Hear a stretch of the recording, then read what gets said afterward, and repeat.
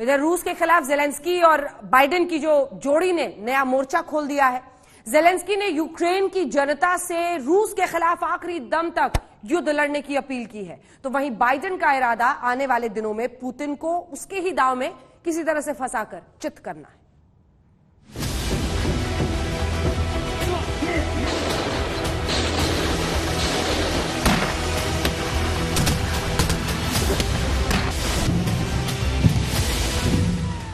Putin के बारूदी इरादों को देखते हुए अमेरिकी राष्ट्रपति जो बाइडेन ने नई रणनीति के तहत एक्शन की तैयारी पूरी कर ली है। 25 मार्च को बाइडेन पोलैंड में होंगे। डिफेंस एक्सपर्ट मानते हैं कि युद्धकाल में अमेरिकी राष्ट्रपति का पोलैंड जाने का मतलब है पुतिन को सीधा संदेश देना। संदेश ये कि अगर रूस नहीं माना तो आने वाले दिनों में युद्ध रूस बनाम यूक्रेन नहीं बल्कि अमेरिका बनाम रूस होगा। Putin is the aggressor. Putin chose this war. And now he and his country will bear the consequences. This is going to impose severe cost on the Russian economy, both immediately and over time. भले ही Zelensky के न्योते पर Biden Ukraine नहीं जा रहे हैं, लेकिन Biden Ukraine के border से एकदम करीब होंगे, यानी वॉर जोन से महज चंद किलोमीटर दूर। बड़ी बात यह है कि बाइडेन के दौरे से ठीक पहले जेलेंस्की ने नाटो देशों के खिलाफ भी मोर्चा खोल दिया है। एक इंटरव्यू में जेलेंस्की ने कहा, नाटो को या तो अब कहना चाहिए कि वह हमें स्वीकार कर रहा है या खुले तौर पर कहे कि वह हमें स्वीकार नहीं कर रहा है। वह रूस से डरते हैं, जो सच है।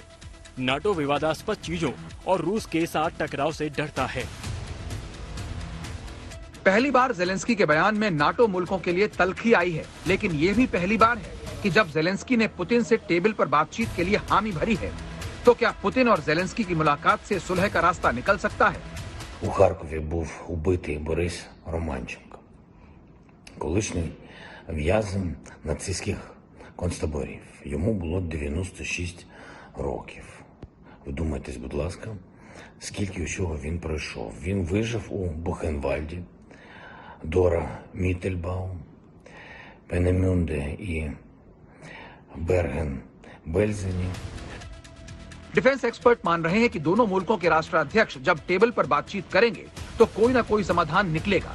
हालांकि जेलेंस्की मानते हैं कि युद्ध विराम से पहले पुतिन के साथ मीटिंग में किसी नतीजे की उम्मीद लगाना बेमानी होगा। रूस को पहले युद्ध विराम करना होगा, तभी कोई ठोस बातचीत होगी। Звертаюсь до усіх українців всюди, де ми є. Робіть усе для захисту нашої держави, для порятунку нашого народу. Боріться, воюйте і допомагайте. Гоніть цих рабів. वहीं पुतिन की तरफ से भी बातचीत के रास्ते समाधान की बात कही गई है, लेकिन पुतिन ने जेलेंस्की के सामने शर्त रखी है। शर्त ये कि युद्ध विराम तभी संभव है जब ये गारंटी मिले कि यूक्रेन नाटो का सदस्य नहीं बनेगा। शर्त ये कि क्रीमिया पर रूसी संप्रभुता को मान्यता मिले। शर्त ये कि यूक्रेन का विसैन्यीकरण हो। ये वही शर्तें हैं जो बातचीत की राह में रोड़ा है। दरअसल जेलेंस्की बिना किसी शर्त के बातचीत करना चाहते हैं।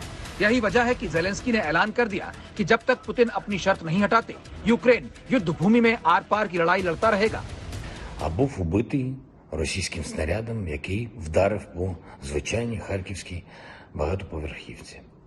З кожним днем цієї війни все очевидніше, що це у них таке денацифікація.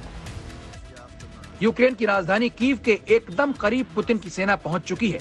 कई शहर रूसी बमबारी में बर्बाद हो चुके हैं, लेकिन पुतिन पीछे हटने को तैयार नहीं। तो क्या अब बाइडेन की एंट्री से रूस के तेवर नरम पड़ सकते हैं, या फिर अमेरिकी राष्ट्रपति का नया दांव आग में घी का काम करेगा? आज तक ब्यूरो।